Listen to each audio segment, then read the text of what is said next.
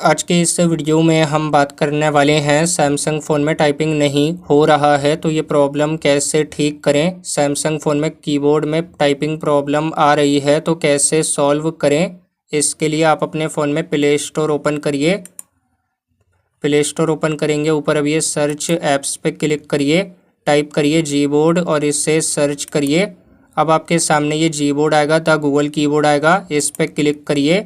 अगर आपके फ़ोन में ये डाउनलोड नहीं है तो ये इंस्टॉल पे क्लिक करिए और इसे डाउनलोड करिए।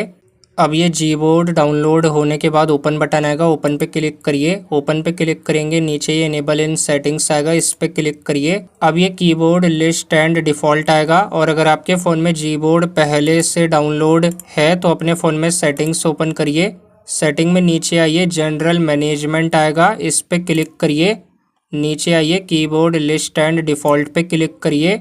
नीचे जीबोर्ड आएगा, ये आपका ऑफ है तो अब ये बटन पे क्लिक करिए, इससे ऑन करिए। नीचे ओके करिए।